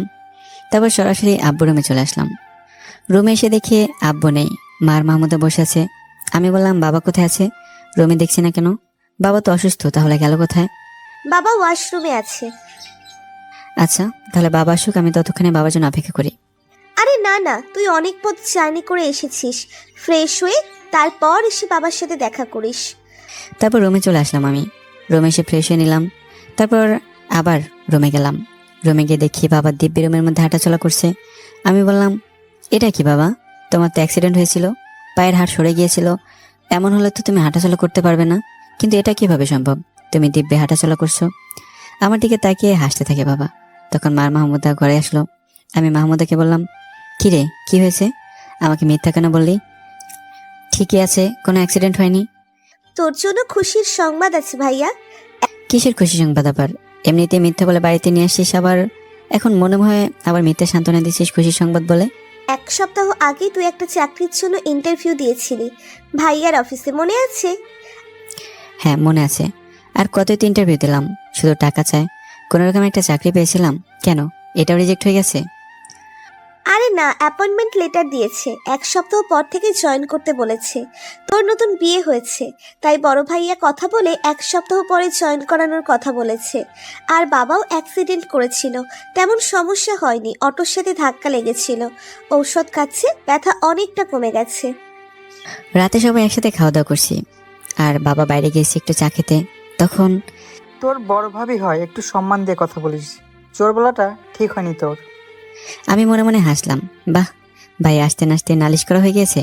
ভাবি সামান্য সামান্য বিষয় নিয়ে বড় বড় রিয়েক্ট করে। আমি আস্তে আস্তে ভাইকে বললাম, আরে আমি তো মজা করে বলছি। বড় ভাবি হয় আমার, আমি একটু ভাবির সাথে মজা করে কথা বলবো না তো কে বলবে? আমি এই বিষয়টা হেসে উড়িয়ে দিলাম। আমি বুঝতে পারছি এসব সামান্য বিষয় নিয়ে আমার আর ভাইয়ের মধ্যে একটা খারাপ সম্পর্ক তৈরি করার চেষ্টা করছে। আমাদের মধ্যে এই সুন্দর সম্পর্ক নষ্ট করতে চাচ্ছে, কিন্তু আমি তা কখনোই হতে দেব না। খাওয়া দাওয়ার মাঝামাঝি অবস্থায় শাবনাজ আসলো না কেন মাহমুদ? আমি জানতাম এই কথাটা বলবে ভাবি। শাবনাজ কেন আসলো না এটা জানতে চাইবে। আমি মুচকি এসে বললাম, শাবনাজের আসার কি দরকার আজকে আবার? এমনিতেই তো 2-3 দিন পরে চলেই আসবে। তোমাকে তো বলা হয়েছে বাবা অ্যাক্সিডেন্ট করেছে, তাও কেন আসলো না? বাবার অ্যাক্সিডেন্টের কথা শুনে তো আসা দরকার ছিল। বাবা কেমন আছে সেটা দেখতে শাবনাজের আসা দরকার ছিল। বলা হয়েছিল বাবার পায়ের হাড় সরে গেছে, কিন্তু সেটা তো হয়নি। মিথ্যা বলা হয়েছে আমার সাথে, আমাকে সারপ্রাইজ দেওয়ার জন্য। তখন তো তুমি জানতে না মিথ্যা কথা বলা হচ্ছে। আসলে এমন একটা মেয়ের সাথে বিয়ে দেওয়া হয়েছে যে যার আদব কায়দা কিছু শেখা নেই। এসব মেয়েগুলো কোথা থেকে যে আসে, এসব মেয়েদের কারণে আমাদের মতো মানুষের বদনাম। অনেক হয়েছে ভাবি, আপনার এসব আজের আমাকে কথা শুনতে শুনতে আমার ধৈর্য পার হয়ে গেছে। আমি আসার সময় দরজা কেন খুলতে গেলেন আগে আগে বলেন তো আমাকে? মাহমুদ, মানুষের মতো করে কথা বল, অমানুষের মতো না। গেট খুলতে গিয়েছে তো এখানে কি অপরাধ হয়েছে? হ্যাঁ, আমি মুচকে এসে বললাম, অপরাধ তো কিছু হয়নি। আজ 2 বছরে তো এর আগে কখনো গেট খুলেন নাই। আর আর গেট খুলে চোরের মতো দেখছিলেন আমার পেছনে শাবনাজ আসে কি। মনে মনে চাচ্ছিলেন শাবনাজ যাতে না আসে, তাহলে বাড়ির সবার সাথে আমাদের নামে ঘাটে মেরে কথা বলার সুযোগ পেয়ে যাবেন। আর এখন বাবার প্রতি দরদ দেখাতে আসছে। মা গালে থাপ্পড় মেরে বলে, তোর বড় ভাবি হয়, এভাবে কথা বলতে লজ্জা করছে না? আর ঠিকই তো বলেছে, শাবনাজের মধ্যে কোনো আদব কায়দা নেই। শ্বশুরের অ্যাক্সিডেন্টের কথা শুনে না এসে কিভাবে থাকতে পারলো? সামান্য বিষয় নিয়ে এমন কেন করছো তোমরা? সবসময় যেটা দেখা যায় সেটা হয় না, আর যেটা দেখা যায় না সেটা হয়। এখন সবকিছু দোষ আমাদের। তোমার বড় ছেলে তার শালীর পেছনে সবকিছু খরচ করে, যখন যা দরকার হয় দেয়, কিন্তু যখন নিজের বোনের বেলা আসে তখন তোমার বড় ছেলের কাছে একটা টাকাও থাকে না। ফর্ম ফিল আপ না করতে পারলে পরীক্ষা দিতে পারবে না, এটা জেনেও তোমার বড় ছেলের বউ বলে টাকা নেই, এখন দিতে পারবে না। আর সেটা শুনেই তোমার ছেলে নিজের বোনের টাকা দিতে পারে না, কিন্তু তারপরে শাড়ির শপিংয়ের জন্য তো টাকা ঠিকই দিতে পারে। বেকার থেকেও বোনের ফর্ম ফিল আপের টাকা দিতে হয়, কিন্তু তোমাদের চোখে আমার কোনো মূল্য নেই। সবকিছুর মূল্য পাবে বড় ছেলে আর বড় বউ। এটা বলেই উঠে পড়লাম। আমার দেখে দেখে ভাইয়া উঠে পড়লো। তারপর আমাকে বলে, আজকের ব্যবহারটা তুই অনেক খারাপ করলি মাহমুদ, বড়দের সম্মান দিতে শিখলি না। বউয়ের কথা শুনলে বউয়ের পিছনে পিছনে চলে যে ছেলেরা নিজের পরিবারকে দোলে ঠেলে দেয়, সে আবার সম্মানের কথা বলে। বিষয় খুব হাস্যকর হয়ে যায়। এসব করে সম্মানের কথা বাদ দিয়ে হাতে চুরি পরে ঘরে বসে থাকো কাপুরুষের মতো। ভাই আমার দিকে এগিয়ে এসে থাপ্পড় মারতে যাবে, ঠিক সেই সময় আমি ভাইয়ের হাত ধরে ধাক্কা দিয়ে রুমে চলে আসলাম। রুমে এসে কিছুক্ষণ শুয়ে থাকলাম মন খারাপ করে। যত সব হয়েছে ভাবির জন্যই। স্বপ্নাজের কথা না তুললে এমনটা হতোই না। ভাবি সবার মাথার উপর দিয়ে বিষ ঢুকে দিয়েছে, আর সবাই তার কথা মতোই চলছে। সবকিছু মাথা থেকে জেরে ফেলে স্বপ্নাজকে ফোন দিলাম, কিন্তু কয়েকবার দেওয়ার পরে ফোন রিসিভ করছে না। মনে হয় অনুষ্ঠানে আছে। স্বপ্নাজের ফোন কাছে নেই মনে হয়। ছোট বোন দরজার কাছে দাঁড়িয়ে বলে, আসবো ভাইয়া? আমি বুঝতে পারলাম আজকের ঘটনা নিয়ে ভয় পেয়ে আছে। আমি বললাম, চলে আয়। মাহমুদা কান্না করতে করতে বলল, সব দোষ আমার, তুই সত্যিটা বলে দিলি কেন? যেটা করেছি ভেবেচিন্তে করেছি। এমনিতে বাসায় মার ভাবে আমাকে একদম সহ্য করতে পারে না। এর যদি আমি সত্যিটা বলে দিই তাহলে তুইও তাদের চোখে খারাপ হয়ে যাবে। ফ্ল্যাশব্যাক, আজ সকালের ঘটনা। ভাইয়া, আব্বুর কিচ্ছু হয়নি। তুই চাকরির ইন্টারভিউ দিয়েছিলি, সেখান থেকে তোর চাকরিটা হয়ে গিয়েছে। সেজন্য তোকে সারপ্রাইজ দেওয়ার জন্য আব্বা এই নাটকটা সাজিয়েছে। ও আচ্ছা, তাহলে বিষয়, তবে আমি না গেলেও তো চলবে, সমস্যা নেই। না না, আমি ভাইয়া, তুই না আসলে বাবা বুঝে যাবে। আমি সব বলে দিয়েছি তোকে। আচ্ছা ঠিক আছে, তবে আমি শাবনাজকে নিয়ে আসছি না। যদি সত্যি সত্যি বাবা অ্যাক্সিডেন্ট করতো তাহলে নিয়ে আসতাম। তারপর আমি মাহমুদের কথা শুনে হাসতে হাসতে বাইরে হাঁটতে গেলাম। আর ভাবলাম, বাবা যখন আমার সাথে নাটক করেছে আমি একটু নাটক করি। এটাই ছিল আজ বিকেলের কাহিনী। আর আমি সেই জন্যই শাবনাজকে কিছু বলিনি, আর সাথে করেও নিয়ে আসিনি। মাহমুদের সাথে কথা বলে আমি ঘুমিয়ে গেলাম। হঠাৎ শাবনাজের কলে আমার ঘুম ভেঙে যায়। ফোন রিসিভ করে সাথে সাথেই নিচে চিল্লাচিল্লি শব্দ শুনতে পেলাম। তারপর তাড়াতাড়ি করে নিচে গেলাম।